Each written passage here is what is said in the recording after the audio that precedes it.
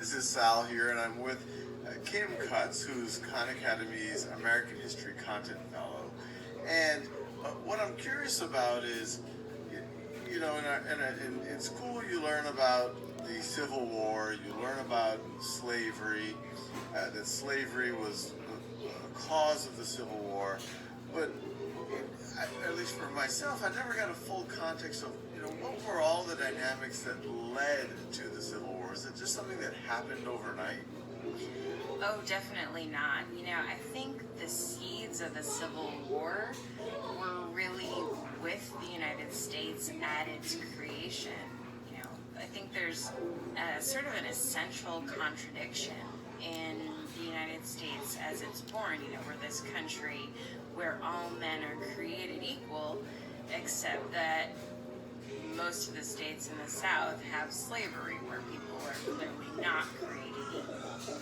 So, they couldn't win the Revolutionary War without including those states and kind of giving them what they wanted and retaining slavery.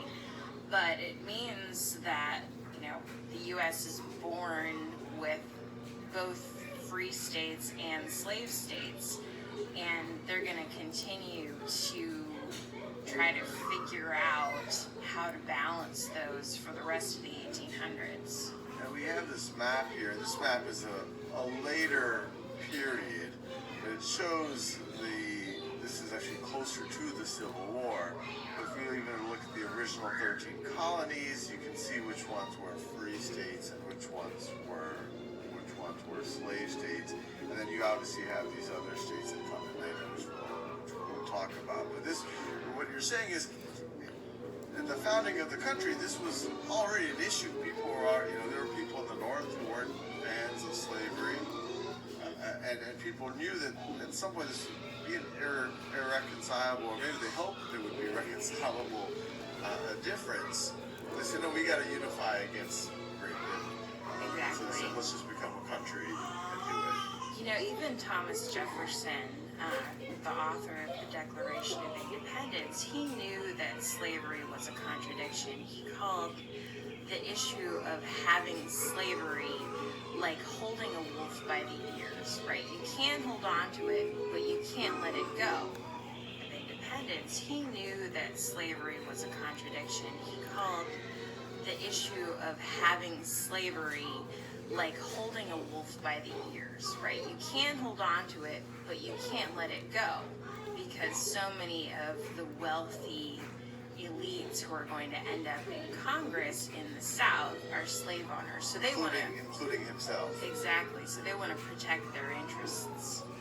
So we have that it's the issue is there from the moment that the country is founded, and then we get into the 1800s, which is really the run-up. The Civil War doesn't start until we get into 1860 or shortly thereafter.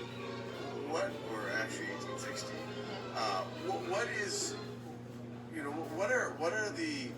What's the big picture that really leads up to it? Well, I think what we're looking at when we get into the issues that lead to the Civil War is really about how the U.S. handles getting new territory, right? Now, the U.S. was getting a lot of new territory. We have a map here. The first really big chunk is you have the Louisiana Purchase in 1803. Mm-hmm. So you get all of, shaded in. You get, roughly all of this stuff right over here. So that's new areas that settlers can go and right. and becomes officially part of the U.S. And what else happens? So, as we get these new territories, out of them you're going to get new states. And when new states come into the Union, they're going to come in as either free states or slave states. So, we've balanced the interests of the North and South up until this point, right, from the Revolutionary War, so that there's equal representation in Congress between free states and slave states. Well, why does someone care? If I'm someone in Massachusetts, why do I care whether the new state of Missouri is going to be a free state or a slave state? Well, I think there are two reasons why you might care. First, if you're an abolitionist, and these are the people who we know very well, like Frederick Douglass or William Lloyd Garrison, who was the editor of the newspaper The Liberator. These are the people who feel that, correctly, slavery is morally wrong. Slavery is a corruption of the essential principles on which the country was founded. It's something that destroys lives, destroys families.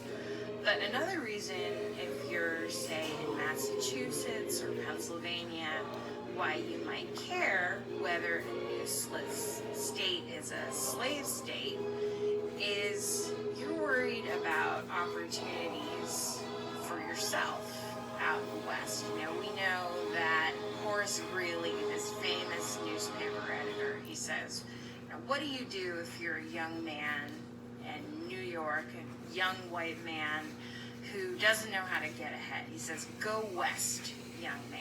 You can go out there, you can get some land, you can start a farm. But if you go out there and you find that all of the land has been bought up by rich slaveholders from the South, you might not be able to get any land, and you certainly might not be able to, for example, sell your corn at a rate low enough that you could beat somebody who has free labor. So there was a lot of times there's a lot of focus on the moral argument, which is a very strong argument. Right. But there's also this interesting economic argument, which you just talked about, which is it's hard to compete with slavery. I mean, you're literally talking about labor that does not need traditional wages. Right. That is literally slave labor. And so if you are having your own farm and you don't own slaves, how are you going to compete with that? And so that was the reason for some folks in the North on economic arguments. Now, would these people be considered abolitionists? No, the way that we think about those, we call them anti-slavery. So anti-slavery advocates, they don't think that they can get rid of slavery in the South. Even if they don't like slavery in the South, they don't even see how it would be possible to get rid of it. But they do think that as these new states are coming into the Union, they could prevent them from becoming slave states so that it's possible for the Western lands to remain free. Abraham Lincoln, I think, is a really good poster child for this. I think we'll talk about him a little bit more later. But Lincoln is born in Kentucky, one of these new western states. His father is a small white farmer. And slave owners move into Kentucky, later becomes a slave state, and his father can't find work. His father can't find land. So he ends up first having to move to Indiana, then moving to Illinois. So this is literally a case of one of these poor white farmers who just can't compete with slavery, which is one reason why Lincoln himself is later going to come out so strongly in favor of making sure there's no slavery in the West. So abolitionists want slavery is amoral. It needs to be removed from definitely the United States, possibly the world. Yeah, absolutely. Anti-slavery. They also think slavery is bad. They don't like it. Right. They think it's, but I'm not going to fight that fight to remove it. Maybe that's hard to do or impossible. But it shouldn't spread. It's not fair. It's the reason my dad wasn't able to be able to run his farm. Absolutely.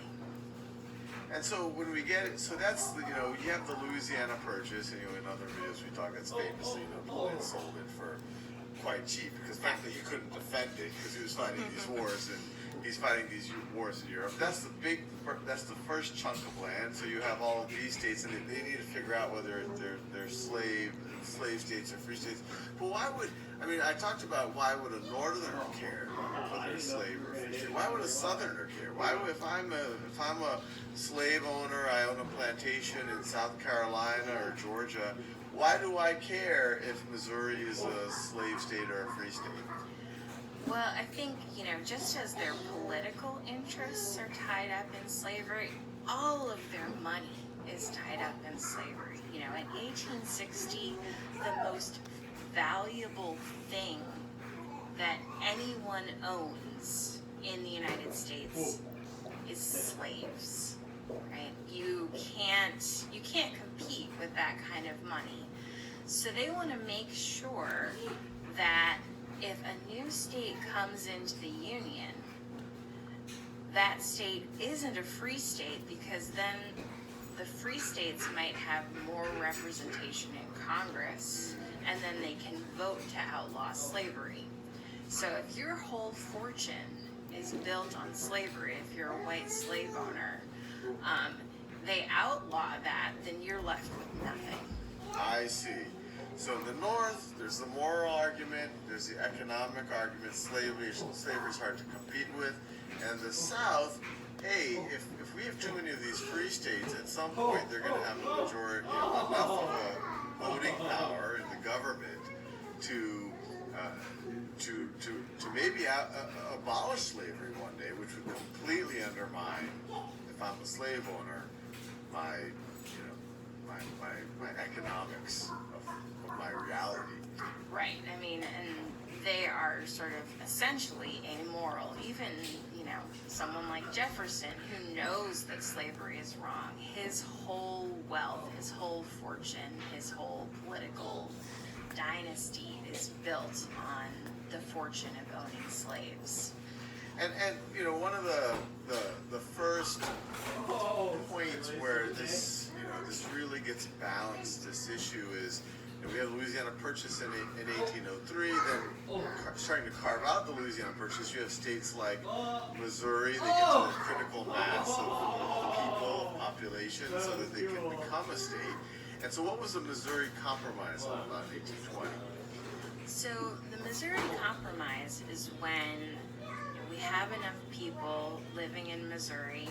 These are white people generally who have come from the eastern states, and they apply for statehood.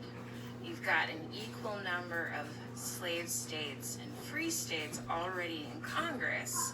So if Missouri comes in, they want to be a slave state, they're going to upset the apple cart. They're going to upset the balance. So there'll be more representatives for the South than there will be for North. And everything that they've done so far has been predicated on this sort of tenuous balance between free states and slave states.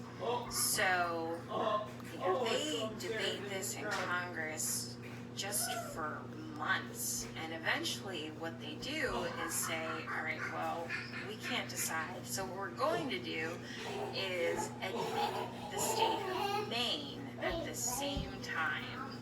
And Maine, the territory of Maine, was already part of the United States.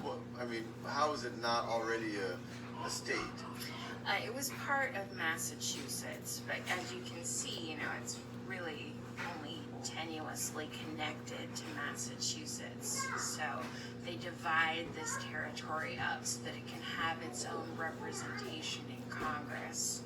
So they say, all right, well, we can't solve this problem of the balance of power between free states and slave states right now, so what we're going to do is just kind of extend our balance. We're going to keep this compromise going to make sure that there are the same number of free and slave states.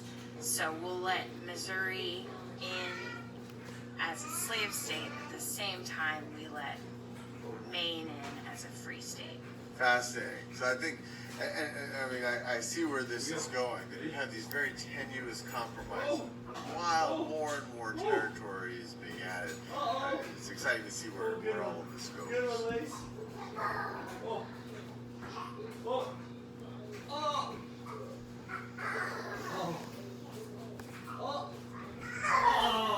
Kim, in the last video, we started talking about how slavery has been an issue in the United States really since its founding with the Revolution.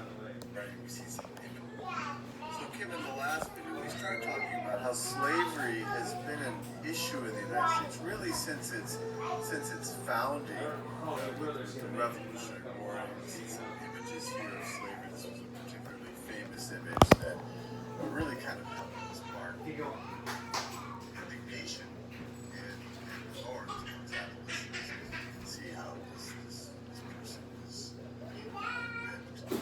Yes, absolutely. And so it's this kind of, and today it's a morally reprehensible thing. But you go back not too far in the whole scope of history. We're going to the early 1800s, and this was something that was debated. Slavery was allowed in large chunk of the United States. And in the last video, we talked about that this issue of slavery only got exacerbated with the more territory was added. You have the Louisiana Purchase in 1803 that adds all of this territory. You start having states getting carved. Once you get a critical population, a critical mass of people in a certain state, they can apply to be, or in a certain territory, they can apply to be a state. And as each of these states are added and they want to get representation, it's a political issue. You mentioned how the North, they didn't like it on moral grounds, and if it was a slave state, and they also didn't like it on economic grounds, because it's hard to compete economically. Back up, you're getting too close. While the South was afraid of losing its political power. Back up! More free states. Keep going, keep going! And in Compromise of 1820, you mentioned that, that compromise, Missouri is a slave state, Maine gets carved out of Massachusetts, becomes a free state. But that didn't solve the problem. That problem only continues because we only add more territory. Yeah, I mean, most of the history of the 1800s, when it comes to slavery, is a history of putting off the problem, right? Henry Clay becomes this very famous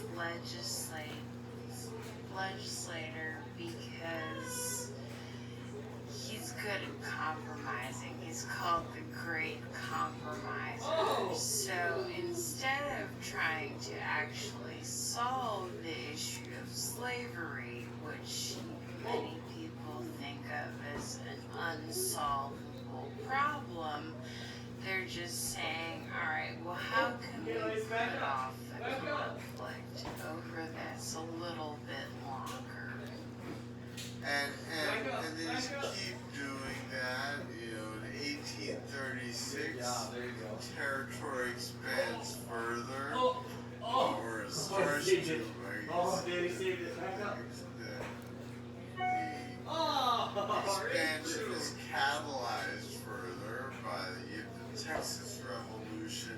Texas gets its independence from Mexico, which itself got independence only a few decades before that from Spain.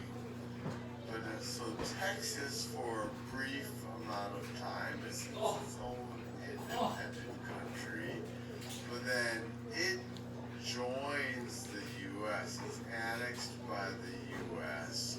in 1845. So it's more territory for the U.S. and that was slave territory.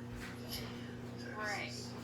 Yeah, so again, this is an area in the South where most of the reasons that slavery existed in the South is because it's a very fertile agricultural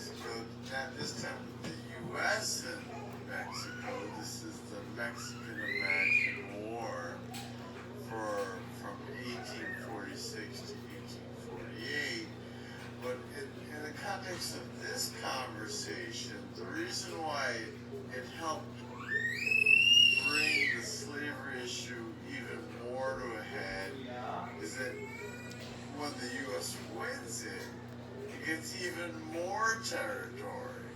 It gets all of this area in the west right over here.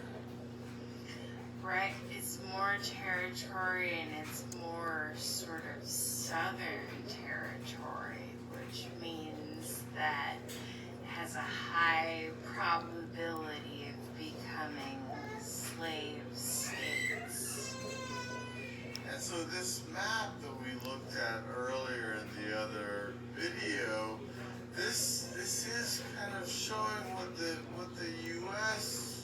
looked like as we exit out of the Mexican-American War. We're getting to about 1850, and so what happens then? I mean, is it just one compromise after another at this point? Well, this is the point where compromise begins to break down, right? Henry Clay, again, is the architect of what's called the Compromise of 1850. As soon as the U.S. goes to war with Mexico, people in Congress are wondering, all right, if we get this territory that we're trying to get, what's going to happen? Are they going to be free slaves, free states, or slave states? And, you know, this compromise for enslaved states has been going on, you know, for 30 years since the Missouri Compromise, and, you know, even longer if you take it back to 1776. So they're doing exactly the same thing. They're saying, all right, well, let's try to keep a balance of power between free states and slave states, except they add in a couple of provisos that make people really angry in the 1850s. And who gets angry? Both, I would say, slave owners and abolitionists and anti-slavery activists in the North. So, I guess that's what makes it a compromise. A little bit of something to make everyone angry. And so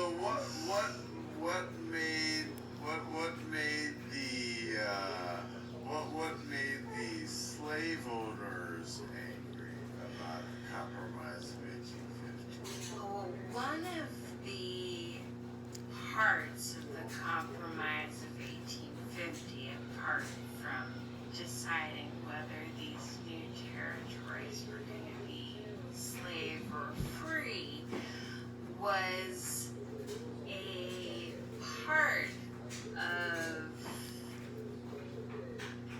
the act was called the Fugitive Slave Act. And the Fugitive Slave Act said that it was a federal offense not to help slave owners recover. So this was something that would make the abolitionists angry, or Yes. the anti-slavery. Yeah, absolutely both.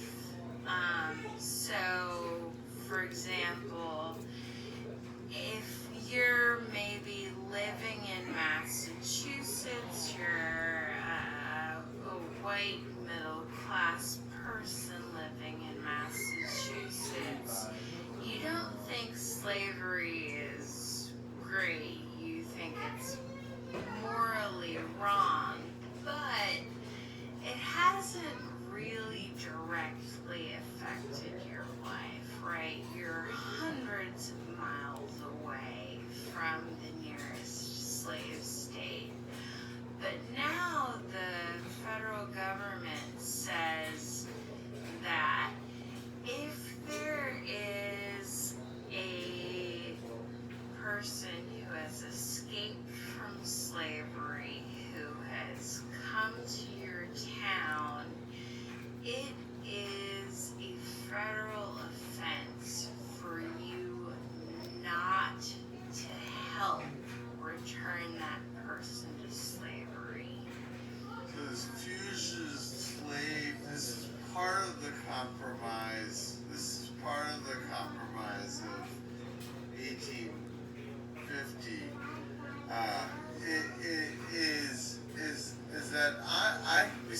Massachusetts, I could be anti-slavery, or I could even be ambivalent about it. But now I have to be complicit in it. If there's a slave, I can't, or if there's someone who's, escapes from the South who was a former slave, I have to actively, I can't in any way help them. If I do, I could go to jail. If I'm a law officer, I have to capture that person and have to bring them back. So it's kind of forcing people who are already not happy about slavery. It's kind of bringing it close to them. They have to partake in it. Yeah, and these are people who have very strong religious convictions. This is, the mid-19th century is a time when people feel their religion very strongly, and so there are people in the North who are Quakers, who are otherwise religiously opposed to slavery, who, have maybe prayed for the souls of slaves, but it's never been their job to try to keep someone in slavery before. So that is really infuriating.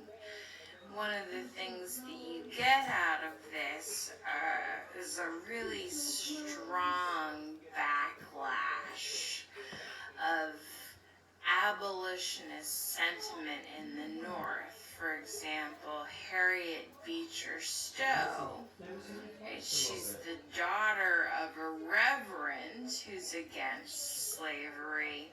She writes the book Uncle Tom's Cabin, which becomes this smash hit. And when of was the book. this, roughly? That was about 1852. Okay. So this is after the Compromise of 1850. So, people are getting, it really is coming to a head.